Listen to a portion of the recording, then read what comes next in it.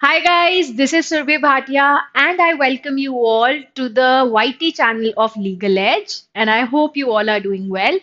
So इस session में हम बात करने वाले हैं दिसंबर के सीएल के that is current legal knowledge के बारे में। दिसंबर में बहुत से इंपॉर्टेंट बिल्स आए, बहुत से डिसीजंस आए, बहुत सी कंट्रोवर्सीज हुई जिससे डिबेट अक्रॉस द कंट्री हुआ। तो यहाँ पर उन सारे डिबेट्स कंट्रोवर्सीज के एस्पेक्ट में कौन कौन से लीगल एस्पेक्ट्स हैं वो हम इस सेशन में डिस्कस करने वाले हैं। सारी कंट्रोवर्सीज नहीं, पर वो सब कंट्रोवर्सीज जो हमारे एग्जाम पॉइंट ऑफ व्यू से इंपॉर्टेंट हो सकती हैं, पैसेज पॉइंट ऑफ व्यू से इंपॉर्टेंट हो सकती है और हमें पता होनी जरूरी है, उनके कॉन्सेप्ट्स का पता होना जरूरी है, वो सब हम इस सेशन में बात करने वाले हैं। Okay, so these are the certain controversies जो हम डिस्कस करेंगे। impeachment proceedings were started against a judge for his controversial statements। तो impeachment क्या होता है, कहाँ उसका मेंशन है, क्या उसका प्रोसेस होता है और क्या कभी इंडिया में किसी को इम्पीच किया गया है, ये सारी चीजें देखेंगे।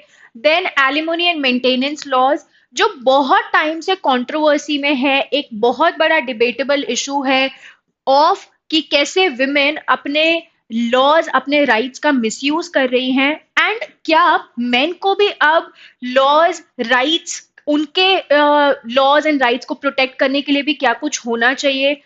How this disbalance should be somehow balanced. ठीक है। देन एक इंपॉर्टेंट कंट्रोवर्सी आई इस बार कि क्या पॉश जो लॉ है that is prohibition of sexual harassment, क्या उसे पॉलिटिकल पार्टीज पे अप्लाई करना चाहिए। तो पॉश क्या है, क्या वो पॉलिटिकल पार्टीज पे अप्लाई हो सकता है या नहीं, इस कंट्रोवर्सी को देखेंगे। देन अल्टीमेटली सुप्रीम कोर्ट ने प्रोसेसिंग ऑफ मर्सी पिटिशंस के लिए कुछ गाइडलाइंस दी। तो मर्सी पिटिशंस क्या होती हैं, क्या प्रोसेस होता है and why these guidelines were issued, what were the guidelines, ये सब। एंड अल्टीमेटली एक एक्स्ट्राडिशन रिक्वेस्ट आई थी by Bangladesh to new Delhi for extradition of the former prime minister Sheikh Hasina. तो एक्स्ट्राडिशन क्या होता है, क्या इंडिया के लिए कंपल्सरी है इस रिक्वेस्ट को मानना, क्या इसके इम्प्लीकेशंस होंगे, all of this is what we are going to do in this session. So without further ado, let's start with the first controversy that is against justice Shekhar Yadav के अगेंस्ट इम्पीचमेंट प्रोसीडिंग्स इनिशिएट किए गए। यहां पर impeachment क्या होता है, impeachment होता है a process for removal of जजेस। ठीक है। कॉन्स्टिट्यूशन में इम्पीचमेंट का मेंशन दो एस्पेक्ट्स में किया जाता है। One is for the removal of president and second is for the removal of judges। तो पहले ये देखते हैं कि कंट्रोवर्सी क्या थी। एक्चुअली एक स्पीच उन्होंने दी थी इन विश्व हिंदू परिषद का एक इवेंट ऑर्गेनाइज हुआ था प्रयागराज में। तो यहां पर उन्होंने इधर कुछ कंट्रोवर्शियल रिमार्क्स दे दिए थे related to the rights of minority, related to uniform civil code, जिसके चलते जो ऑपोजिशन लीडर, ऑपोजिशन पार्टी थी, उन्होंने इन्हें रिमूव करने के लिए एक मोशन स्टार्ट किया था। मोशन एज इन कि वो इन्हें रिमूव करना चाहते हैं फ्रॉम हिज पोस्ट। तो यहां पर इसी को बोला जाता है प्रोसीडिंग्स, इम्पीचमेंट प्रोसीडिंग्स को इनिशिएट करना।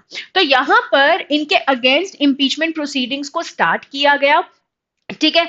ऑलमोस्ट 55 मेंबर्स ऑफ राज्यसभा, जो ऑपोजिशन के 55 मेंबर्स थे राज्यसभा के, उन्होंने इस पे साइन किया कि हाँ दे आर विलिंग कि इन्हें रिमूव करना चाहिए। जो भी इन्होंने किया दैट वाज नॉट राइट, गलत था। एक जज होते हुए ऐसी स्टेटमेंट्स देना, ऐसी स्पीच देना was kind of a misbehavior, तो इसलिए इन्हें रिमूव करना चाहिए इनकी गलती के लिए। तो यहां पर इसी के चलते इम्पीचमेंट प्रोसीडिंग्स स्टार्ट की गई। इम्पीचमेंट होता क्या है, impeachment exactly is a process of removal of, it can be for supreme court और हाई कोर्ट जजेस, दोनों के लिए होता है। सुप्रीम कोर्ट जजेस के लिए जो एस्पेक्ट है वो आर्टिकल 124 में गिवन है और आर्टिकल 124 ऑफ कॉन्स्टिट्यूशन, और हाई कोर्ट जजेस के लिए इम्पीचमेंट होगा ये आर्टिकल 218 में गिवन है। ठीक है। ग्राउंड्स जो है कि किस ग्राउंड, किस बिना पे ये इम्पीचमेंट या रिमूवल प्रोसेस स्टार्ट किया जाता है, that is proven misbehaviour and incapacity, मतलब या तो वन ऑफ द जजेस मिसबिहेव्ड और वो मिसबिहेवियर प्रूव हुआ है, जैसे इस केस में there was kind of a misbehaviour through the speech, through the controversial remarks. और इनकैपेसिटी होता है जब दैट पर्सन वो इनकेपेबल है अपनी ड्यूटीज को फुलफिल करने के लिए, जैसे the person has become of an unsound mind, या फिर क्या कहते हैं, इनकैपेसिटी इन एनी फॉर्म। ठीक है, तो यहां पर दैट इज प्रूवन मिसबिहेवियर या फिर इनकैपेसिटी के बेसिस पे इंपीचमेंट प्रोसीडिंग्स को स्टार्ट किया जा सकता है। अल्टीमेटली जो प्रोसीजर है वो ना तो कॉन्स्टिट्यूशन में डिफाइन था, तो उसके लिए एक नया लॉ लाया गया, दैट वाज जजेस इंक्वायरी एक्ट ऑफ 1968। इस 1968 के लॉ में प्रॉपर प्रोसीजर प्रिस्क्राइब किया गया कि इंपीचमेंट होगा कैसे, क्योंकि कॉन्स्टिट्यूशन में सिर्फ इतना बताया कि impeachment under article 124 supreme court जजेस का हो सकता है और अंडर आर्टिकल 218 हाई कोर्ट जजेस का हो सकता है, और हमें कुछ भी प्रोवाइड नहीं किया गया। तो अगर हम प्रोसीजर की बात करें तो this is the procedure to impeach a जज। सबसे पहले एक मोशन पास होता है, मोशन इनिशिएट होता है। वो मोशन स्टार्ट करने के लिए एक तरीके का मोशन, मतलब कि आप एक नोटिस भेजते हैं। अब इस नोटिस पे या तो लोकसभा के 100 मेंबर्स या फिर राज्यसभा के एटलीस्ट 50 मेंबर्स साइन करेंगे। ठीक है, मतलब कोई एक पर्सन जाके ये नहीं बोल सकता है कि I want to impeach the जज, नहीं, यहां पर एटलीस्ट 100 मेंबर्स ऑफ लोकसभा और 50 Rajya Sabha members have to agree कि वो एक जज को रिमूव करना चाहते हैं या फिर इम्पीच करना चाहते हैं। ठीक है, जब ये मोशन साइन करके एक स्पीकर या फिर चेयरमैन, मतलब अगर लोकसभा है तो हम बात करेंगे स्पीकर की, और अगर राज्यसभा है तो हम बात करेंगे चेयरमैन की, क्योंकि यही इनके प्रिसाइडिंग ऑफिसर्स होते हैं। ओके, उसके बाद ये मामला जाता है इंक्वायरी कमेटी के पास। इंक्वायरी कमेटी में 3 मेंबर्स होते हैं, chief justice of India, chief justice of high court और एक और डिस्टिंग्विश्ड ज्यूरिस्ट, जिसे अगर लोकसभा का मोशन है तो लोग स्पीकर अपॉइंट करेंगे और अगर राज्यसभा का है तो चेयरमैन अपॉइंट करेंगे। तो 3 मेंबर्स की इंक्वायरी कमेटी यहां पर इस पूरे मामले को इन्वेस्टिगेट करती है, एक्चुअली देखती है कि आपने जिस बेसिस पे कंप्लेन किया क्या वो चीज होनी भी चाहिए या नहीं, मतलब वो एक्चुअली उसके लिए प्रॉपर प्रूफ्स है या नहीं, कहीं ये कंप्लेंट फॉल्स तो नहीं है, कहीं ये एलिगेशंस गलत तो नहीं है, एग्जैजरेटेड तो नहीं है। तो ये सारी चीजें ये इंक्वायरी कमेटी चेक करती है। इसी इंक्वायरी कमेटी के सामने इवन द जज इज उनके पास भी हक होता है कि वो अपना पॉइंट ऑफ व्यू भी यहां पर रख पाए। देन अल्टीमेटली इस इंक्वायरी कमेटी की जो भी फाइंडिंग्स होती हैं वो एक रिटन रिपोर्ट के फॉर्म में सबमिट करते हैं। जो भी उस कमेटी को लगा क्या इम्पीच करना चाहिए, क्या नहीं करना चाहिए, क्या एक्चुअली जो ग्राउंड्स थे वो फुलफिल हो रहे हैं नहीं हो रहे हैं, और ये ग्राउंड्स बहुत सारे एस्पेक्ट्स में होते हैं। अगर कहीं भी ऐसा है दैट अ जज वाज एलिगेशंस लगे फॉर ब्राइबरी, ठीक है, इनकैपेसिटी आई, मिसबिहेवियर हुआ, उन्होंने कुछ ऐसे स्टेटमेंट्स दे दिए, कहीं पे कोई ऐसा इन्वॉल्वमेंट हो गया किसी स्कैम में, तो यहाँ पर ये सारे एस्पेक्ट्स के अकॉर्डिंग जो भी उनकी फाइंडिंग्स होती हैं वो सबमिट करते हैं टू चेयरमैन और स्पीकर रिस्पेक्टिवली। लोकसभा का है तो स्पीकर के पास जाता है, अगर राज्यसभा ने स्टार्ट हुआ था तो चेयरमैन के पास जाता है। ठीक है, उसके बाद दोनों हाउसेस में, अब भले ही लोकसभा में स्टार्ट हुआ है पर यहाँ पे पार्लियामेंट में लोकसभा राज्यसभा दोनों को ये वोट करके पास करना होगा मोशन को कि हाँ they are ready to remove. अब उसके लिए स्पेशल मेजोरिटी चाहिए होती है, मतलब 50% of the majority of that house and 2/3 of present and voting, इसको बोला जाता है स्पेशल मेजोरिटी। तो दोनों हाउसेस में बाय स्पेशल मेजोरिटी वो मोशन को पास किया जाएगा, तभी ये बोला जा सकता है कि हाँ रिमूवल हो सकता है। अब ये वोटिंग मान लो किसके फेवर किसके अगेंस्ट गई, जज के अगेंस्ट गई, तो यहां पर अभी भी रिमूवल फाइनल नहीं हुआ है। रिमूवल फाइनल तब होगा जब प्रेसिडेंट इस रिमूवल के पॉइंट पर साइन कर देंगे, जब वो ये एक्सेप्ट कर लेंगे, ठीक है, और वो फाइनल ऑर्डर पास कर देंगे कि हाँ दिस जज शुड बी रिमूव्ड। ठीक है, यहां पर सिर्फ मोशन, मतलब एक नोटिस देने से स्पीकर या चेयरमैन को कि हम रिमूव करना चाहते हैं, रिमूवल नहीं हुआ। सिर्फ रिपोर्ट आने से रिमूवल नहीं हुआ। लोकसभा राज्यसभा में वोट्स ना मिलने से रिमूवल नहीं हुआ। अल्टीमेट रिमूवल तब होता है जब प्रेसिडेंट फाइनल ऑर्डर दे देते हैं that yes this person should be removed as जज ऑफ सुप्रीम कोर्ट और हाई कोर्ट। और यहां पर क्या कहते हैं आज तक इंडिया में 6 टाइम्स इम्पीचमेंट प्रोसीडिंग स्टार्ट हुई है पर किसी भी जज को आज तक इम्पीच नहीं किया गया है, कंप्लीट किसी भी वे में नहीं हुई है। समटाइम्स द जजेस रिजाइंड देमसेल्व्स, कई बार वो कंप्लीट ही नहीं हो पाया, कई बार प्रॉपर वोट्स नहीं मिले, कई बार इंक्वायरी में मामला रुक गया। तो यहाँ पर 6 बार टोटल इंडिया में स्टार्ट हुआ है बट कंप्लीट कभी भी नहीं हुआ, मतलब किसी भी जज को आज तक इम्पीच नहीं किया गया है। अगर हम करंट केस की बात करें तो अभी राज्यसभा में सिर्फ 55 मेंबर्स ने मोशन पास किया है, अभी वो फर्स्ट स्टेप पर है, सेकंड स्टेप पे भी नहीं पहुंचा है।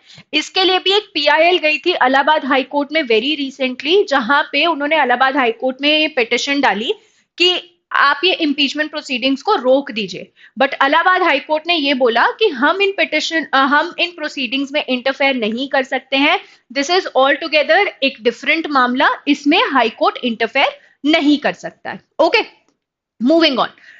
तो नेक्स्ट हमारा दिसंबर मंथ का आई गेस सबसे कंट्रोवर्शियल टॉपिक, जहां पर एक बैंगलोर के टेकी ने सुसाइड कर लिया था। उसने एक बहुत ही लंबी वीडियो अपलोड की थी बिफोर हिज सुसाइड, ये कहते हुए कि उसकी वाइफ ने किस तरीके से उसे हरास किया थ्रू फॉल्स केसेस, कैसे वो एक्सटॉर्ट करना चाह रही थी money by the way of alimony. जिसके बाद यहाँ पर सुप्रीम कोर्ट ने 8 ग्राउंड्स दिए थे टू से कि कितनी एलिमोनी होनी चाहिए या कितनी मेंटेनेंस वाइफ को मिलनी चाहिए। तो पहले तो ये समझते हैं कि एलिमोनी क्या होता है और मेंटेनेंस क्या होता है, देन वी विल सी कि कौन कौन से ग्राउंड्स यहाँ पे सेट किए गए।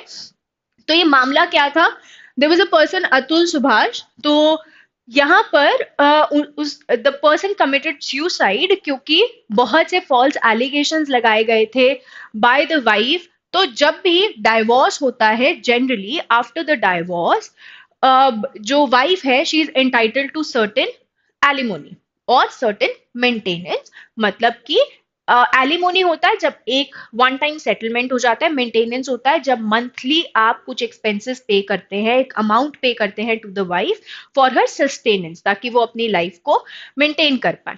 तो यहाँ पर आजकल क्या होने लगा है, there are various laws, there various rights जो विमेन को भी प्रोटेक्ट करते हैं। फॉर एग्जाम्पल सेक्शन 498A, किसी भी तरीके का क्रूएल्टी है, मेंटल हरासमेंट है, there are laws against dowry की कहीं पर भी अगर विमेन ये एलिज कर रही है, ये बोल रही है कि उसे दहेज के लिए प्रताड़ित किया जा रहा है, तो ये सारे लॉज आर फेवरिंग विमेन, ये बनाए गए हैं to favour women, to help women कि वो कहीं भी ऐसी सिचुएशन को फेस ना करें।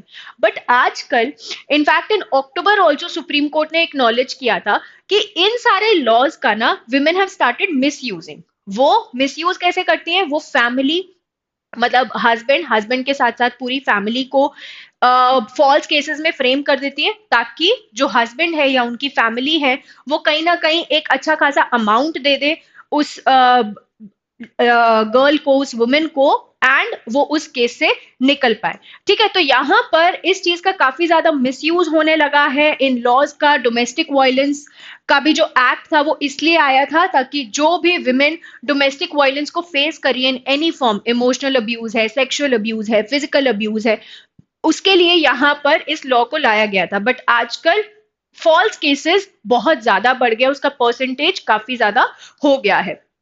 अब सुप्रीम कोर्ट ने ये बोला कि एलिमोनी और मेंटेनेंस का मतलब ये नहीं है कि आपको हस्बैंड की वेल्थ इक्वलाइजेशन स्टेटस पर आना है। मतलब पर्पस ये नहीं होना चाहिए कि आपको उनकी जितनी वेल्थ है उसके अकॉर्डिंग पैसा चाहिए। यहां पे पर्पस ऑफ एलिमोनी ये है कि आपको एक टाइम पे ही पूरा पैसा दिया जा रहा है ताकि आप अपने आगे की जिंदगी सक्सेसफुली डिग्निफाइड वे में जी पाओ। ठीक है, मेंटेनेंस में भी आपको हर मंथ एक अमाउंट दिया जा रहा है ताकि आप हर मंथ एक डिग्निफाइड तरीके से जी पाओ।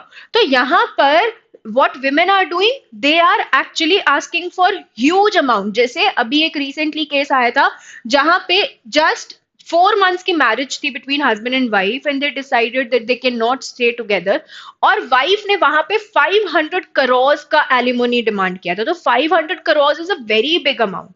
ठीक है, तो यहाँ पे कोई भी ऐसे अनाप शराब अमाउंट मांगना या फिर किसी भी तरीके से प्रेशराइज करना टू हस्बैंड और देयर फैमिली, ये भी एक फॉर्म ऑफ क्रूएल्टी ही है। तो यहाँ पे इन सारे एस्पेक्ट्स को देखते हुए सुप्रीम कोर्ट ने कुछ इंपॉर्टेंट गाइडलाइंस दिए। एलिमोनी क्या है? एलिमोनी इज फाइनेंशियल सपोर्ट जो प्रोवाइड करता है एक spouse to another after divorce और आफ्टर सेपरेशन।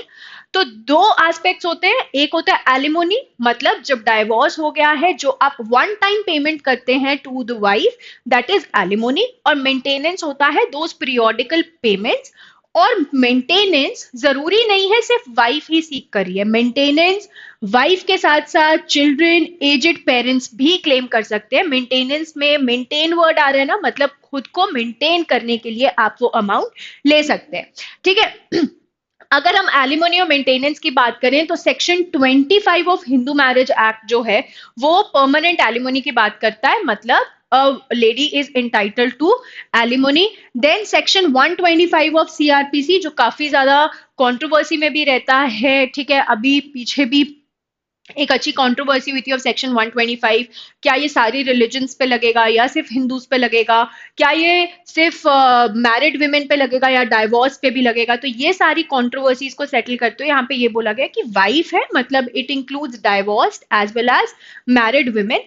ठीक है, और this is for maintenance, section 125 is for maintenance. Then section 24 is for interim maintenance. Interim maintenance मतलब जब तक डाइवोर्स प्रोसीडिंग्स चल रही हैं तब तक जो भी अमाउंट वाइफ को मिलता रहता है दैट इज इंटरिम। इंटरिम का मतलब होता है मीन वाइफ।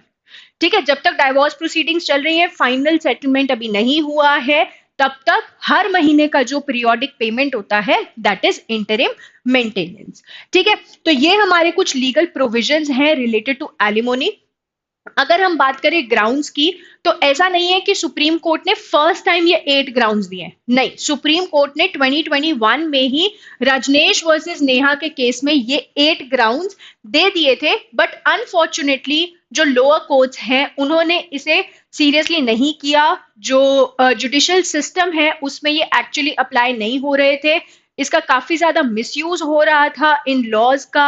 ठीक है, तो यहां पर सुप्रीम कोर्ट के 2 जज बेंच ने फिर से इन्हें प्रोनाउंस किया कि दीज आर सर्टेन एस्पेक्ट्स जो एक जज जो ऐसे केस के साथ डील कर रहा है, जो फैमिली कोर्ट के जजेस हैं जो इस मैटर्स के साथ डील कर रहे हैं, उन्हें ये कंसिडर करने चाहिए। So what are those 8 grounds? Let's see them because they are important. First and foremost is social and financial status of both parties. मतलब यहां पर सिर्फ हस्बैंड का एस्पेक्ट नहीं देखा जाएगा, वाइफ का एस्पेक्ट भी देखा जाएगा। अगेन, सिर्फ ऐसा नहीं है कि वाइफ को अगर आदत है कि भाई वो महीने में 50,000 she likes to spend and husband की सैलरी ही यहाँ पे 10,000 है, तो एनी हाउ आपने मेंटेनेंस बोल दिया कि अरे नहीं आपको तो 25,000 देना पड़ेगा बिकॉज उसका स्पेंडिंग स्टेटस है ऑफ 50,000। नहीं, they always should be a balance कि वाइफ का क्या सोशल स्टेटस है, हस्बैंड का क्या सोशल स्टेटस है, उन दोनों का क्या फाइनेंशियल स्टेटस है, हमेशा एक बैलेंस होना चाहिए। Then wife and dependent children reasonable needs, यहां पर नीड्स की बात नहीं की गई है, यहाँ पे रीजनेबल नीड्स की बात की गई है। मतलब स्कूल की क्या फीस होगी, ट्यूशन फी क्या होगी। ठीक है, if the child is staying with the wife with the mother, तो यहाँ पर उसके एस्पेक्ट्स को भी कंसिडर किया जाएगा to decide the alimony amount और द मेंटेनेंस अमाउंट। देन क्या एम्प्लॉयमेंट स्टेटस है, क्या क्वालिफिकेशंस है ऑफ दोनों पार्टीज, मतलब क्या वाइफ चाहे तो can she pursue a job. तो यहाँ पर ये सारे एस्पेक्ट्स भी देखे जाते हैं, क्या क्वालिफिकेशंस है ऑफ द हस्बैंड, क्या कितना वो अर्न कर रहे हैं, ये सारे प्रोस्पेक्ट्स देखे जाते हैं। देन कोई और इंडिपेंडेंट इनकम या एसेट्स हैं क्या ऑफ द वाइफ और द हस्बैंड जिसके थ्रू उनके पास पैसा आ सकता है। इट कुड बी सपोज कोई एक बिल्डिंग है जो रेंट पे है, वहां से एक मंथली एक्सपेंस आता है, तो ये भी एस्पेक्ट देखा जाता है। स्टैंडर्ड ऑफ लिविंग जो वो इंजॉय करते हैं, एज आई टोल्ड यू, जैसे सोशल स्टेटस में, तो स्टैंडर्ड ऑफ लिविंग जो वाइफ इंजॉय करती थी बिफोर डाइवोर्स और बिफोर सेपरेशन, वो भी एक इम्पॉर्टेंट एस्पेक्ट है।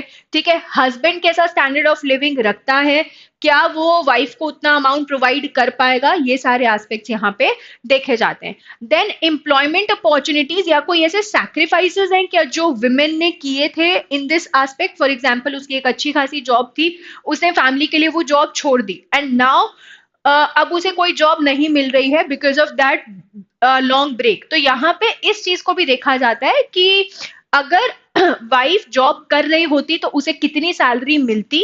ठीक है, और आज क्यों नहीं मिल पा रही, was it a sacrifice that she made for husband's family. तो इन चीजों को भी कंसिडर किया जाता है। देन लीगल एक्सपेंसेस, ऑब्वियसली आजकल वकीलों की फीस, ठीक है, जो भी एक्सपेंसेस हैं ये सब कोई कम नहीं है, तो इसे भी कंसिडर किया जाता है। Sometimes the husband is also said कि आपको वो कॉस्ट भी कवर करनी है। एंड अल्टीमेटली उनकी क्या फाइनेंशियल कैपेसिटी है, क्या इनकम है, क्या मेंटेनेंस ऑब्लिगेशंस हैं, क्या लाइबिलिटीज हैं, मतलब हस्बैंड की फैमिली में और कौन कौन है जिन्हें मेंटेन करना है। फॉर एग्जाम्पल, कितने सिबलिंग्स हैं, कितने अनमैरिड सिबलिंग्स हैं, पेरेंट्स हैं, ग्रैंड पेरेंट्स है, जॉइंट फैमिली है। तो यहाँ पर all these 8 grounds when you will see, ये एक बहुत बैलेंस्ड अप्रोच दे रहा है ऑफ जो ऑब्लिगेशंस हैं, जो नीड्स हैं of husband as well as wife. तो यहाँ पर इस बैलेंस को रखते हुए हमेशा एलिमोनी एंड मेंटेनेंस का अमाउंट डिसाइड करना चाहिए। This is what Supreme Court recently said. उनका कहना यह था कि वाइफ को बस ऐसे ही कोई एक अमाउंट नहीं मांग लेना चाहिए। यहाँ पर the amount should not B कि अरे मेरे एक्स हस्बैंड के पास इतना पैसा है तो उन्होंने कुछ भी एक अमाउंट मांग लिया, नहीं, it should not be with the purpose of wealth equalisation. The purpose should be कि आप अपनी एक डिग्निफाइड जिंदगी जी पा रहे हैं। ठीक है, so these were the 8 grounds with a balanced approach which should be implemented, ताकि मिसयूज पे एक थोड़ा सा क्या कहते हैं स्टॉपेज लग पाए, उस चीज को हम रोक पाए। एट द सेम टाइम जो हस्बैंड्स के साथ स्टिग्मा हो रहा है, जो क्रूएल्टी दे आर फेसिंग, उस चीज को भी कहीं ना कहीं कम किया जाना चाहिए। There should be a balance between the rights that are given to women and the rights that are given to men। अगर हम लीगली उस चीज को नहीं कर पा रहे हैं, at least through these grounds there should at least be a try. Then the next controversy is, क्या पॉश को पॉलिटिकल पार्टीज पे अप्लाई करना चाहिए। तो पहले तो ये समझते हैं पॉश क्या है। आप लोगों ने शायद सुना हो, शायद नहीं सुना हो, एनी हाउ पॉश होता है prevention of sexual harassment at work place. 2013 में एक नया एक्ट आया था, पॉश एक्ट, जिसे which is prevention of sexual harassment at work place, जिसे हम नॉर्मली पॉश के नाम से बोलते हैं। तो कोई भी वर्क प्लेस हो, चाहे वो पब्लिक वर्क प्लेस हो एज इन गवर्नमेंट के अंडर हो, चाहे वो कोई प्राइवेट वर्क प्लेस हो, कोई प्राइवेट कंपनी हो, या फिर कोई एक एम्प्लॉय किसी एक और जगह गया है काम से, वो विजिट करने गया है काम से, तो कोई भी ऐसी एक जगह हो उसे वर्क प्लेस माना जाता है। एंड उस वर्क प्लेस पे a women should feel safe, a women should be free from any fear of sexual harassment। इस पर्पस से इस एक्ट को लाया गया था। This act is inspired from Vishakha guidelines. एक इंपॉर्टेंट पॉइंट है ये, विशाखा गाइडलाइंस आई थी सुप्रीम कोर्ट की 1997। ठीक है, इसी के बेसिस पर this was the biggest inspiration for the government की पॉश एक्ट आना चाहिए। एंड आर्टिकल 15 है इंडियन कॉन्स्टिट्यूशन का, जो एम्पावर करता है लेजिस्लेचर को, पार्लियामेंट को, कि वो विमेन एंड चिल्ड्रन के फेवर में लॉज बना सकते हैं। जैसे 498A है, तो दिस इज समथिंग जो विमेन को फेवर कर रहा है एंड नॉट मेन। तो वैसे हमारे कॉन्स्टिट्यूशन में राइट टू इक्वालिटी है कि किसी भी तरीके का भेदभाव नहीं होना चाहिए, पर आर्टिकल 15 का एक क्लॉज 3 है जो स्पेसिफिकली बोलता है कि अगर चाहें तो विमेन एंड चिल्ड्रन के फेवर में कुछ लॉज बनाए जा सकते हैं। तो POSH is one of those laws जो विमेन के फेवर में बनाया गया। कमेंट में ये जरूर बताना क्या कोई ऐसा लॉ है जो चिल्ड्रन के फेवर में बनाया गया। ठीक है, तो यहां पर on the basis of sex किसी भी तरीके का डिस्क्रिमिनेशन नहीं होना चाहिए। Eight the same time women and children के फेवर में लॉज बनाए जा सकते हैं, जिसके चलते यहां पर पॉश लाया गया। Private as well as public work places पे द लॉ अप्लाइज। इस लॉ के तहत जहां पर भी 10 या 10 से ज्यादा मेंबर्स हैं, 10 से ज्यादा एम्प्लॉइज हैं, वहां पर एक इंटरनल कंप्लेंट्स कमेटी, जिसे हम शॉर्ट फॉर्म में आईसीसी बोलते हैं, वो इस्टेब्लिश होनी चाहिए। ये आईसीसी ही इन सारे मैटर्स को देखती है। ठीक है, इस आईसीसी में सारी इंक्वायरी होती है, कंप्लेंट्स यही फाइल होती है, इंक्वायरी भी यही करते हैं, इन्वेस्टिगेशन भी यही करते हैं। ठीक है, तो यहाँ पर दिस इज इंपॉर्टेंट। तो अब एक पीआईएल फाइल हुई कि जो पॉश एक्ट है, पॉलिटिकल पार्टीज पे भी ये अप्लाई होना चाहिए। अभी तक तो वर्क प्लेसेस पे अप्लाई हो रहा है, हर तरीके की कंपनी पे अप्लाई हो रहा है, बट अब ये पॉलिटिकल पार्टीज पे भी अप्लाई होना चाहिए। उससे पहले एक बार ये देख लेते हैं कि सेक्सुअल हरासमेंट एग्जैक्टली क्या है। Sexual harassment is any kind of unwelcome physical contact, any kind of sexual advances, request for sexual favours, कोई भी आप सेक्सुअली कलर्ड रिमार्क्स पास कर रहे हैं एक लेडी पे, ठीक है, पोर्नोग्राफी आप दिखा रहे हैं against their will, against their consent, किसी भी तरीके का अनवेलकम कंडक्ट जो उन्हें अनकंफर्टेबल बना रहा है, it could be either physical, ठीक है, थ्रू टच, या आप इवन थ्रू वर्ड्स आप किसी को अनकंफर्टेबल कर रहे हैं, इन सेक्सुअल नेचर है, ये सब सेक्सुअल हरासमेंट की कैटेगरी में यहाँ पर अकॉर्डिंग टू पॉश आता है। तो यहाँ पे अगर हम डेटा देखें तो ऑलमोस्ट पॉलिटिकल पार्टीज के within 40% of the women जो पॉलिटिकल पार्टीज में इन्वॉल्व हैं, they are suffering through physical abuse, almost 50% are suffering through sexual abuse.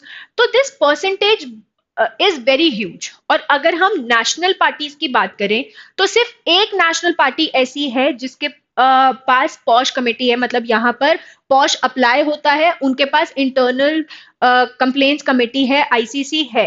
बाकी BJP, Congress, AAP, they do not have any application of POSH, but at the same time ऐसे complaints हैं, women are suffering through that sexual harassment. तो इसके लिए एक PIL file की गई कि पॉलिटिकल पार्टीज पर भी इस लॉ का एप्लीकेशन होना चाहिए। हाउएवर सुप्रीम कोर्ट ने इस पीआईएल को रिजेक्ट कर दिया। उनका कहना यह था कि जो पिटिशनर है उसे इलेक्शन कमीशन ऑफ इंडिया के पास जाना चाहिए, बिकॉज पॉलिटिकल पार्टीज रजिस्टर होती है with election commission of India under representation of people's act. तो यहां पर पॉलिटिकल पार्टीज का जो भी वर्किंग है वो इलेक्शन कमीशन ऑफ इंडिया देखता है। तो पहले आप इलेक्शन कमीशन ऑफ इंडिया को अप्रोच कीजिए एंड फिर उसके बाद जो भी वो स्टेप लेते हैं उसके अकॉर्डिंग आपको, if you are not satisfied then you can approach the Supreme Court. तो उन्होंने ये बोला, गो स्टेप बाय स्टेप, एक हायरार्की होती है, आप डायरेक्टली सुप्रीम कोर्ट नहीं आ सकते, क्योंकि सुप्रीम कोर्ट आपको ये नहीं कह सकती कि आप लॉ बना दीजिए या दिस शुड बी डन। ठीक है, तो यहां पर इस चीज को रिजेक्ट किया गया। और उन्होंने रीजंस क्या दिए, क्योंकि अभी तक आपने क्या देखा, पॉश में मैं वर्क प्लेस की बात कर रही हूँ। वर्क प्लेस मतलब किसी ना किसी तरीके का एम्प्लॉयर एम्प्लॉई रिलेशन है इन एनी वे। तो पॉलिटिकल पार्टीज में वो एम्प्लॉयर एम्प्लॉय रिलेशन ही नहीं है। मतलब कौन है एम्प्लॉयर, यहाँ पे हर कोई पार्टी का वर्कर है। तो यहाँ पर who is the employer, the state head of the party, national head of the party, जो पर्टिकुलरली उस पार्टी ऑफिस को संभाल रहा है। तो यहाँ पर who is the employer, who is the employee, ये चीज डिफाइन करना इज वेरी डिफिकल्ट, जिसकी वजह से उन्होंने बोला कि यहाँ पे कोई एम्प्लॉयर एम्प्लॉय रिलेशनशिप एग्जिस्ट नहीं करता, और अगर करता भी है तो उसको डिफाइन करना बहुत मुश्किल है, और इसे डिफाइन करने का काम इलेक्शन कमीशन ऑफ इंडिया कर सकता है। देन सेकेंडली दे सेड कि कोई डिफाइंड वर्क प्लेस नहीं है, क्योंकि पॉलिटिकल पार्टीज के लिए रैली में भी वो काम कर रहे हैं, ठीक है, पार्टी ऑफिस में भी वो काम कर रहे हैं, they working in the parliament as well, they working in the legislative assembly as well. तो वर्क प्लेस क्या है क्या नहीं, इस चीज को डिफाइन करना, वो बाउंड्रीज एस्टैब्लिश करना इज वेरी इंपॉर्टेंट, ताकि again application of the law कहाँ होना है, किस तरीके से होना है, जब तक यही नहीं पता होगा और ये बोल देना कि लॉ अप्लाई हो गया, that is not justified. Then ultimately जो पॉलिटिकल पार्टीज हैं वो इंटरनल डिसिप्लिन तो मैनेज करती हैं, पर कोई भी एक्सप्लिसिट गाइडलाइंस नहीं है। मतलब हर पॉलिटिकल पार्टी के कुछ डिफरेंट डिसिप्लिनरी कमिटीज हैं कि अगर किसी को किसी के अगेंस्ट कंप्लेंट करनी है, कोई ग्रीवेंस है, कोई भी दिक्कत है, तो वहां पर इंटरनल गाइडलाइंस डेफिनेटली है। पर अगर हम एक्सप्लिसिट लॉ का एप्लीकेशन माने, जैसे पॉश का एप्लीकेशन माने, तो ऐसा कहीं पर भी नहीं है।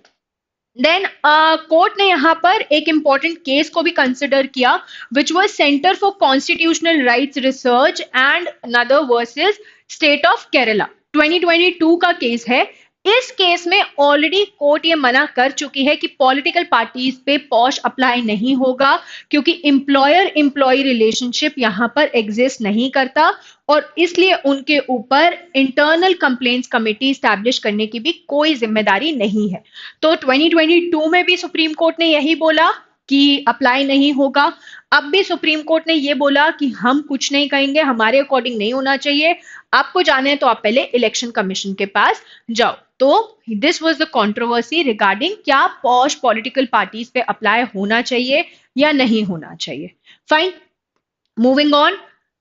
नेक्स्ट इज सुप्रीम कोर्ट ने फिर से कुछ गाइडलाइंस दी related to mercy petition. Mercy petition आप लोगों ने सुना होगा, एक माफी याचना, जब किसी भी एक पर्सन को डेथ सेंटेंस मिलती है या फिर एक सजा मिलती है, तो जब वो प्रेसिडेंट या गवर्नर के पास एक माफी याचना लेकर जाते हैं, दैट इज मर्सी पिटिशन। तो बेसिकली मर्सी पिटिशन फाइल करने में और उसका डिसीजन आने में एक अच्छा खासा वक्त गुजर जाता है, और सुप्रीम कोर्ट के अकॉर्डिंग, इंडियन कॉन्स्टिट्यूशन के अकॉर्डिंग, वो article 21 is right to life and personal liberty, इसका एक वायलेशन है। मतलब अगर आप किसी भी इंसान को ये नहीं बता रहे हैं in a given span of time कि क्या उसे कितनी सजा काटनी है, क्या उसे डेथ सेंटेंस मिलेगी या नहीं, सालों साल बीते जा रहे हैं और आप यहाँ पर एक सेंटेंस फाइनल करके नहीं दे रहे हैं, आप उसकी रिक्वेस्ट का रिप्लाई नहीं कर रहे हैं, तो ये कहीं ना कहीं राइट टू लाइफ को वायलेट करता है। कैसे करता है? क्योंकि राइट टू लाइफ में राइट टू डिग्निफाइड लाइफ का भी एस्पेक्ट होता है। सुप्रीम कोर्ट का ये कहना है कि सिर्फ जिंदगी जीना is not right to life, there should be सिर्फ, it is not mere animal existence, it is also a dignified life. ठीक है, तो यहां पर इन सब के चलते सुप्रीम कोर्ट ने कुछ गाइडलाइंस इशू की। तो लेट्स सी मर्सी पिटिशन है क्या। मर्सी पिटिशन है एक फॉर्मल रिक्वेस्ट जो कोई भी एक पर्सन जिसे सजा मिली है या उसका कोई भी रिलेटिव चाहे तो डेथ सेंटेंस या किसी भी जो उसे सजा मिली है उसके लिए मर्सी, मतलब वो उनसे रिक्वेस्ट कर रहा है कि आप या तो मेरी सजा कम कर दो या माफ कर दो। ठीक है, फ्रॉम प्रेसिडेंट और द गवर्नर।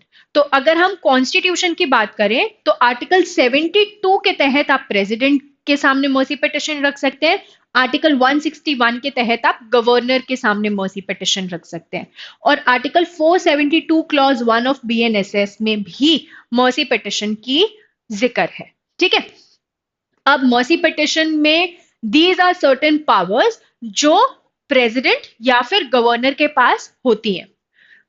पार्डन आपने काफी बार सुना होगा, पार्डन का मतलब होता है कंप्लीटली माफ करना, मतलब जितनी भी सजा थी उसे कंप्लीटली एंड कर देना। अगर डेथ सेंटेंस था, डेथ सेंटेंस कंप्लीटली माफ कर देना। अगर 10 साल की सजा थी, वो 10 साल की सजा पूरी तरीके से माफ कर देना। पार्डन मतलब कंप्लीटली खत्म कर देना। अच्छा, एक पॉइंट यहां पे, अगर हम पार्डन की बात करें तो pardon in form of death sentence, pardon of death sentence, ये पावर सिर्फ और सिर्फ प्रेसिडेंट के पास होती है, गवर्नर के पास नहीं होती है। Always remember this, pardoning powers president और गवर्नर दोनों के पास होती है, पर pardoning powers for death sentence सिर्फ और सिर्फ प्रेसिडेंट के पास होती है, गवर्नर के पास नहीं होती है। Next type is commute. Commute मतलब देयर आर वेरियस, जहां पर आपका टाइप ऑफ पनिशमेंट कम हो रहा है। मतलब अगर आप लाइफ इंप्रिजनमेंट पे थे तो अब आपको रिगरस इंप्रिजनमेंट मिल रही है, रिगरस में थे तो सिंपल इंप्रिजनमेंट हो रही है। तो यहां पर उतने ही साल की सजा है, पर जो नेचर ऑफ पनिशमेंट है वो कम कर दिया गया, वो होता है कम्यूट। देन होता है रिप्राइव। रिप्राइव होता है जब कुछ वक्त के लिए, ताकि आप अपने राइट्स को, आप मर्सी पिटिशन को आगे फाइल कर सकें, उसके लिए आपकी पनिशमेंट पे थोड़ा सा स्टे लगा दिया जाता है, कुछ वक्त के लिए उसको रोक लगा दी जाती है, दैट इज रिप्राइव। एक डिले होता है in execution of the punishment. Then there is respite. Respite मतलब कुछ भी ऐसे स्पेशल कंडीशंस है, जैसे a person is handicapped, a person is of old age, a woman is pregnant, तो इन केसेस में जब स्पेशली पनिशमेंट को कम किया जाता है, दैट इज रिस्पाइट। जैसे अगर तुम लोगों ने जवान मूवी देखी है, तो उसमें व्हेन दीपिका पादुकोण ये पता चलता है दैट शी उसे फांसी की सजा हो रही होती है and ये पता चलता है दैट शी इज प्रेग्नेंट, तो यहाँ पे उस कुछ वक्त के लिए उस चीज को रोक दिया जाता है। ठीक है, that is respite and reprieve. Then you have remission. Remission अभी रिसेंटली बिल्किस बानो वाले केस में लास्ट ईयर काफी ज्यादा फेमस हुआ था ये वर्ड। तो यहाँ पर रेमिशन क्या होता है, जहां पर आपकी सजा के साल कम किए जाते हैं, नेचर नहीं। कम्यूट और रेमिशन अलग अलग है। कम्यूट में साल उतने ही हैं, नेचर बदला है। रेमिशन में नेचर वही है पर साल बदले हैं। ठीक है, तो दीज आर द 5 वेज जिसके थ्रू मर्सी पिटिशन प्रेसिडेंट या फिर गवर्नर के सामने लगाई जा सकती है। अब इसका एग्जैक्ट प्रोसीजर हमें कहीं भी डिफाइन नहीं किया गया है, ना तो कॉन्स्टिट्यूशन में, ना ही कोई ऐसा लॉ है, पर थ्रू टाइम इस चीज को बस वो डेवलप हो गया है। जैसे कोई डिफाइंड प्रोसीजर नहीं है, जब कोई भी एक लोअर कोर्ट डिसीजन देता है ऑफ डेथ सेंटेंस, तो पहले उसे कंफर्मेशन करवाना होता है from sessions court. Sessions court ने कुछ भी दिया है तो कंफर्मेशन होता है फ्रॉम हाई कोर्ट। उसके बाद जो कन्विक्ट है, कन्विक्ट मतलब जिस इंसान को सजा मिली है या जो रिलेटिव्स हैं, वो रिटन में पिटिशन दे सकते हैं गवर्नर या प्रेसिडेंट को। फिर वो पिटिशन जाती है मिनिस्ट्री ऑफ होम अफेयर्स को। मिनिस्ट्री ऑफ होम अफेयर्स बहुत से ग्राउंड्स देखती है कि भाई उस इंसान की क्या एज है, क्या कितने डिपेंडेंट्स हैं, फैमिली कितनी है, ठीक है, क्या वो आगे ऐसा कुछ कर सकता है, मेंटली फिट है या नहीं, फिजिकल फिट है या नहीं। इन सारे एस्पेक्ट्स को देखकर स्टेट गवर्नमेंट को कंसल्ट करके वो फाइनली एक डिसीजन देता है। ठीक है, वो डिसीजन प्रेसिडेंट के सामने या गवर्नर के सामने रिस्पेक्टिवली रखा जाता है कि this is the decision that we are, मतलब हम आपको बोल रहे हैं कि आप ये डिसीजन ले सकते हैं। एंड अगर कोई डिले होता है तो ये आर्टिकल 21 का वायलेशन है, और इसके लिए जो कॉन्विक्ट है या जो रिलेटिव्स हैं, वो रेमेडी कैसे ले सकते हैं, आर्टिकल 32 या आर्टिकल 226 के थ्रू। आर्टिकल 32 क्या है कि आप सुप्रीम कोर्ट में जा सकते हैं अगर आपका कोई फंडामेंटल राइट वायलेट हुआ है, या फिर आप आर्टिकल 226 के तहत हाई कोर्ट में जा सकते हैं। ठीक है, अब अल्टीमेटली सुप्रीम कोर्ट ने यहाँ पे गाइडलाइंस क्या दी। अभी तक तो हमने ये समझा कि मर्सी पिटिशन क्या है, क्या लीगल प्रोविजंस हैं, कॉन्स्टिट्यूशन में क्या गिवन है, क्या पावर्स हैं, पर सुप्रीम कोर्ट ने यहाँ पे क्या कहा। सुप्रीम कोर्ट ने यहाँ पर पहले तो ये बोला कि डेडिकेटेड सेल्स बनाने चाहिए, मतलब प्रिजन डिपार्टमेंट या होम मिनिस्ट्री को डेडिकेटेड सेल्स बनाने चाहिए जो हर स्टेट या हर यूटी मतलब यूनियन टेरिटरी के लिए होंगे। और यहाँ पर उनका काम क्या होगा कि वो इन पिटिशंस को इन अ गिवन टाइम फ्रेम, आप एक टाइम सेट कर दोगे अकॉर्डिंग, मतलब वो टाइम हर स्टेट गवर्नमेंट या फिर यूनियन टेरिटरी अपने हिसाब से डिसाइड करेगी, और वो इन्हीं चीजों को डील करेंगे ताकि क्विकली ये सारे मैटर्स कंसिडर किए जाएं और क्विकली इन पे डिसीजन आ जाए, और किसी भी एक पर्सन या उनके रिलेटिव्स को वेट करते हुए सफर ना करना पड़े। क्योंकि आर्टिकल 21 का एक और इंपॉर्टेंट एस्पेक्ट है that delayed justice is also equal to no justice. तो यहाँ पर इस एस्पेक्ट को ध्यान रखते हुए भी इन्होंने बोला डेडिकेटेड सेल्स होने चाहिए। इसमें जो भी इंफॉर्मेशन शेयर होगी वो पुलिस ऑफिसर्स या प्रिजन अथॉरिटीज के द्वारा होगी, क्योंकि अभी तक बहुत केसेस में क्या हो रहा था कि वहां से डिसीजन आ चुका है कि डेथ सेंटेंस मिलनी है या फिर वो खारिज की जा चुकी है, पर प्रिजन अथॉरिटीज ने आगे इन्फॉर्म ही नहीं किया, या फिर इन्फॉर्म किया तो वो लेटर्स मिले ही नहीं है उस प्रॉपर ऑफिसर को। तो यहाँ पर there should be a proper communication, there should be a proper chain of information sharing. ठीक है, and this should be done through emails, ताकि जो कॉन्फिडेंशियल का एस्पेक्ट है, प्रिवेसी का एस्पेक्ट है, कहीं भी ऐसा कुछ एस्पेक्ट है कि कोई उस चीज को मैनिपुलेट कर सकता है, इंटरफेयर कर सकता है उसके साथ, वो सारे एस्पेक्ट्स यहाँ से हट जाए।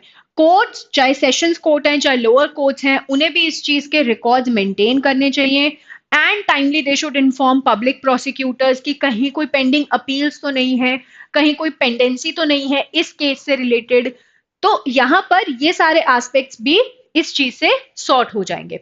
Then execution warrant. Execution warrant क्या होता है? एग्जीक्यूशन वारंट होता है द फाइनल स्टेटमेंट टू से कि हाँ डेथ सेंटेंस इज फाइनल, जिसे हम ब्लैक वारंट या डेथ वारंट भी बोलते हैं, कि हाँ there is a death sentence जो फाइनल से होता है, दैट इज एग्जीक्यूशन वारंट।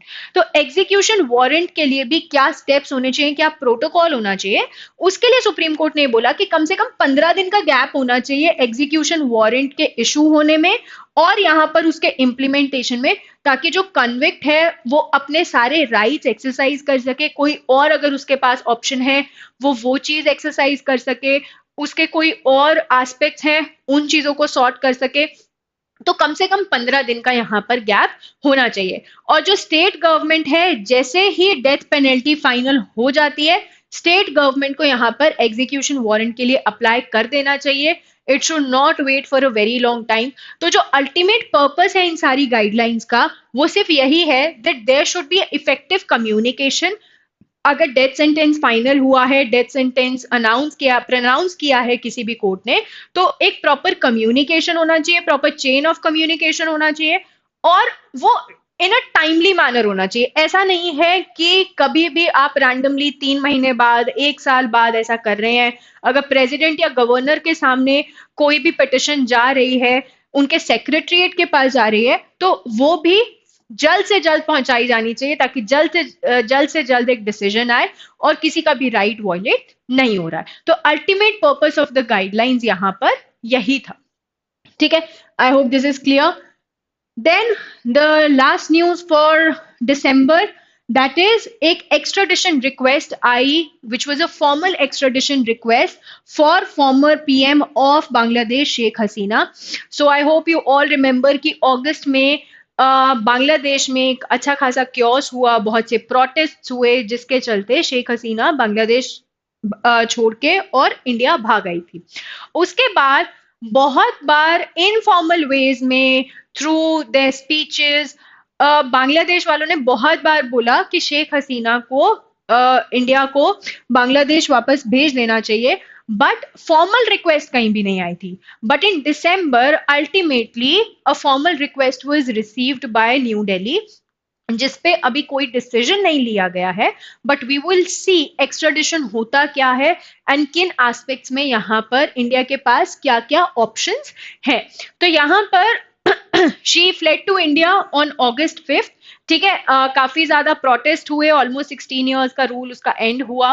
ठीक है, there is an international crimes tribunal ICT in Dhaka, जिन्होंने यहाँ पे अरेस्ट वारंट इशू किए हैं अगेंस्ट शेख हसीना एंड बहुत सारे उनके जो मिनिस्टर्स थे उनके against for murder, for genocide. Genocide होता है आप एक लार्ज ग्रुप का when you are killing a large group on the basis of their race, caste, their ethnic affiliation। तो यहाँ पर किसी भी एस्पेक्ट में when a large group का killing कर रहे हैं, that is genocide। तो ह्यूमैनिटी के against crimes and genocide, murders के बेसिस पर अरेस्ट वारंट यहाँ पर इशू किए गए हैं।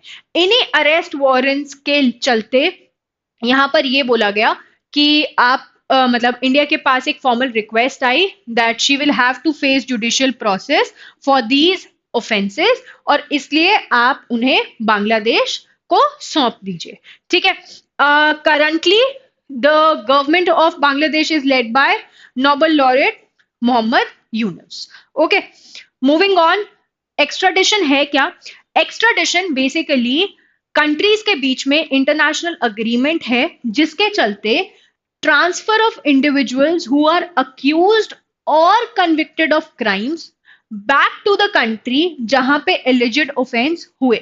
For example, India is seeking extradition of Nirav Modi. ठीक है, तो यहां पर है क्या, ऑफेंस जहां पे किया है, अगर वो भाग के किसी और कंट्री में चले गए हैं और हमारी उस कंट्री के साथ एक्स्ट्राडिशन ट्रीटी है, तो हम उस कंट्री को रिक्वेस्ट कर सकते हैं कि आप प्लीज उस इंसान को हमें सौंप दीजिए, ताकि हम प्रॉपर जुडिशियल प्रोसेस के बाद, प्रॉपर जो इन्वेस्टिगेशन चल रही है, जो कोर्ट की कार्रवाई है, उसके बाद हम उस पर्सन को सजा दे पाए and justice can prevail. This is extradition process. तो यहां पर एक्स्ट्राडिशन प्रोसेस के लिए कुछ इंपॉर्टेंट एस्पेक्ट्स होते हैं, मतलब या तो केस अंडर इन्वेस्टिगेशन होना चाहिए या अंडर ट्रायल होना चाहिए, मतलब कोर्ट में मामला स्टार्ट हो चुका है और फिर पता चला है कि हाँ यार this person was also involve, पर अब वो किसी और कंट्री में है, ठीक है, या फिर कन्विक्टेड क्रिमिनल्स हैं, ठीक है। Next is based on bilateral treaty. Bilateral treaty मतलब जिस कंट्री में वो ऑफेंस हुआ और जिसमें अब वो भाग के चला गया है, उन दोनों कंट्रीज के बीच में किसी भी तरीके की ट्रीटी है, एक्स्ट्राडिशन ट्रीटी है, मतलब एक तरीके का अग्रीमेंट है कि कल को ऐसा कभी हुआ तो ठीक है, हम उस इंसान को आपको सौंप देंगे ताकि आप अपना जुडिशियल प्रोसेस प्रॉपरली कर सको, ठीक है। एंड एक बहुत इंपॉर्टेंट एस्पेक्ट होता है यहाँ पे ड्यूअल क्रिमिनलिटी का, मतलब जो ऑफेंस उसने फर्स्ट कंट्री में किया, ठीक है, वो चीज ऑफेंस होनी चाहिए जहां पर वो भाग के गया है वहां भी। For example let's say India में बाइगमी एक ऑफेंस है फॉर हिंदूज, पर supposedly a person ran to एक ऐसी कंट्री जहां पे बाइगमी ऑफेंस नहीं है, तो क्या यहाँ पर एक्स्ट्राडिशन हो सकता है? नहीं हो सकता। तो यहाँ पर ड्यूअल क्रिमिनलिटी का मतलब है जो कंट्री उस पर्सन की डिमांड कर रही है और जहां वो भाग के गया है, जो ऑफेंस एक्चुअली यहाँ पे डील किया जा रहा है वो दोनों ही कंट्री में ऑफेंस है, दैट इज ड्यूअल क्रिमिनलिटी, ठीक है। तो ये है एक्स्ट्राडिशन का एक बेसिक एस्पेक्ट। अब ये देखते हैं कि इंडिया एंड बांग्लादेश के कॉन्टेक्स्ट में क्या है। तो इंडिया एंड बांग्लादेश ने 2013 में एक ट्रीटी तो डेफिनेटली साइन की और उन्होंने इस चीज को 2016 में सिंप्लीफाई भी किया। तो 2013 में इस ट्रीटी को साइन करने का पर्पस बहुत अलग था, ठीक है। 2016 में हमने सिंप्लीफाई जब किया तो ये बोला कि अरेस्ट वारंट की जरूरत नहीं होगी, अगर थोड़ा बहुत एविडेंस भी है that this person is involved in an offence तो भी एक्स्ट्राडिशन इज पॉसिबल। तो यहाँ पे उस प्रोसेस को कहीं ना कहीं दोनों कंट्रीज ने सिंप्लीफाई कर दिया। अगर हम करंटली सिचुएशन की बात करें, sorry, let's talk about the grounds for refusal, तो इसी ट्रीटी के बेसिस पर हमने कुछ ग्राउंड्स यहाँ पे कब इंडिया बांग्लादेश को और बांग्लादेश इंडिया को मना कर सकता है, या तो ऑफेंस पॉलिटिकल इन नेचर है, मतलब किसी भी तरीके से या तो सेडिशन है, ट्रीजन है, ठीक है। तो ये सारे जो पॉलिटिकल ऑफेंसेस हैं, अगर ऐसा कुछ है तो मना किया जा सकता है एक्स्ट्राडिशन के लिए, या फिर एक्यूजेशन गुड फेथ में नहीं है या फिर इन इंटरेस्ट ऑफ जस्टिस नहीं है। किसी भी कंट्री को ऐसा लगता है कि अगर मैंने इस इंसान को सौंप दिया तो that is not in good faith या फिर जस्टिस प्रिवेल नहीं करेगा, यहाँ पर there is a malice somewhere उस कंट्री के एस्पेक्ट्स में, उस कंट्री के लोगों में, कि वो उस इंसान को वापस बुला रहे हैं। तो यहाँ पर ये चीज को चलते देख इन दोनों ग्राउंड्स पे इनमें से कोई भी एक फुलफिल होता है तो मना किया जा सकता है। अगर हम करंट सिचुएशन देखें तो करंट सिचुएशन में शेख हसीना पे यहाँ पर कौन से ऑफेंसेस का एलिगेशन है या अरेस्ट वारंट है? For murder, for genocide, for kidnapping. तो वो पॉलिटिकल ऑफेंस तो बिल्कुल नहीं है, ठीक है। अगर हम यहाँ पर बात करें कॉन्स्टिट्यूशनल प्रोविजंस की भी, तो इंडियन कॉन्स्टिट्यूशन का आर्टिकल 20 जो राइट ऑफ अक्यूज पर्सन की बात करता है और आर्टिकल 21 जो राइट टू लाइफ की बात करता है, ये दोनों ही नॉन सिटीजन पे भी अप्लाई करते हैं, मतलब कोई अगर इंडिया का सिटीजन नहीं भी है ना तो उस पे भी अप्लाई करते हैं। तो यहाँ पे इंडिया के पास ओवरऑल 3 ऑप्शंस है, या तो वो इसके साथ कंप्लाई कर ले, मतलब शेख हसीना को वापस भेज दे, विच बिकम्स इंपॉर्टेंट ताकि जो इंडिया और बांग्लादेश के टाइज हैं, जो रीजनल एस्पेक्ट्स हैं वो मेंटेन रहे, इसको चलते क्या पता वो वापस भेज दे, या फिर वो कंप्लीटली डिनाई कर दे कि नहीं हम नहीं भेजेंगे, ठीक है। अब यहाँ पे अगेन जो इम्पैक्ट होगा वो ties between the two countries, जो दोनों कंट्रीज के अच्छे रिलेशंस हैं वो कहीं ना कहीं इम्पैक्ट होंगे, ठीक है। या फिर एक और ऑप्शन होता है which is conditional compliance. Conditional compliance क्या होता है? कंडीशनल कंप्लायंस इज कि पहले इंडिया ये चीज वेरीफाई करे कि वहां पर proper conditions of prison, proper conditions of judicial process है या नहीं, क्या वो इंटरेस्ट ऑफ जस्टिस में है या नहीं, is it in good faith और नॉट। तो यहाँ पर बहुत सी कंडीशंस लगा के India can extradite Sheikh Hasina to Bangladesh. तो इंडिया के पास करंटली 3 ऑप्शंस हैं, however no answer has still been given by India, कोई यहाँ पर स्टेप नहीं लिया गया है एज ऑफ येट, ठीक है, so these are the basic aspects. अभी सिर्फ एक रिक्वेस्ट आई है फ्रॉम बांग्लादेश, तो बिकम्स इंपॉर्टेंट टू अंडरस्टैंड कि एक्स्ट्राडिशन है क्या और क्या नहीं। Okay, so this was all about the December CLK. I hope you had a good time watching the session. You understood the aspects. Mostly यहाँ पर इतने ज़्यादा bills नहीं थे. I know बहुत से static concepts थे because mercy petition के guidelines के लिए हमें mercy petition क्या है वो समझना ज़रूरी था. Extradition में आगे क्या होने वाला है because अभी दिसंबर में आया है, तो थ्रू सम मंथ्स ये कंट्रोवर्सी रहेगी जब तक दिल्ली इस बात का जवाब नहीं देता है, व्हाट इज इट्स स्टैंड, उस चीज को नहीं डिसाइड करता है। तो उसके लिए हमें ये समझना जरूरी है कि एक्स्ट्राडिशन क्या है। सिंस मिसयूज ऑफ लॉज पे बहुत ज्यादा बात हो रही है, तो ये समझना बहुत जरूरी है कि एलिमनी क्या था।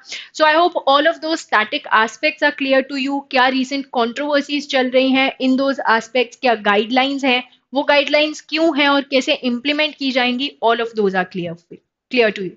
Okay, so that was all about today's session. I hope you enjoyed this session. Like, share, and subscribe the channel, and I'll see you very soon with another such videos. Take care till then. Bye bye.